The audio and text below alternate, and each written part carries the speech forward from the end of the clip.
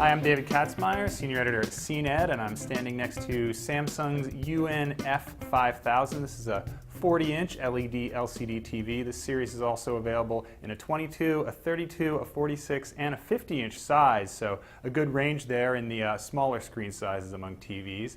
This is one of Samsung's entry-level 2013 TVs. That means it's one of the few that doesn't have Smart TV built into it, so you won't get all those apps and other Smart TV doodads or internet connectivity found on some of the higher-end models. It does have some of the nice styling cues of those higher-end models, however, including a nice thin bezel around the edge and a relatively thin profile when seen from the side. That's thanks to its edge-lit LEDs. Unlike on some of the step-up models, however, this Samsung stand does not allow it to swivel.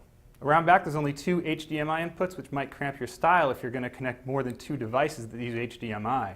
Unfortunately, that's pretty much everything these days, including cable boxes, game consoles, and DVD players, so you might need to buy an external switching device to make up for the lack. Unlike its more expensive brethren, this TV also lacks a couple of the high-end picture adjustments, although there is plenty for most people to get the job done. Samsung's entry-level remote is also pretty puny and packed with buttons, but at least you get plenty of direct control.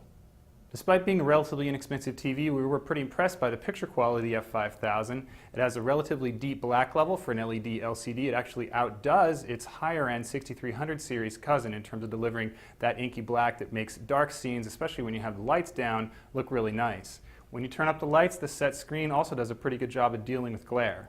One of the downsides of the F5000's picture, however, is its inability to properly produce the film-based cadence that some of the other high-end TVs can get. Despite the fact that Samsung calls this a 120 CMR TV, it doesn't have a 120 Hz refresh rate, so it'll get a little bit more blur if you're sensitive to that sort of stuff.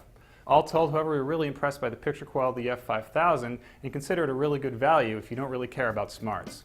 That's a quick look at Samsung's UNF5000 LED TV. I'm David Katzmeyer from cnet.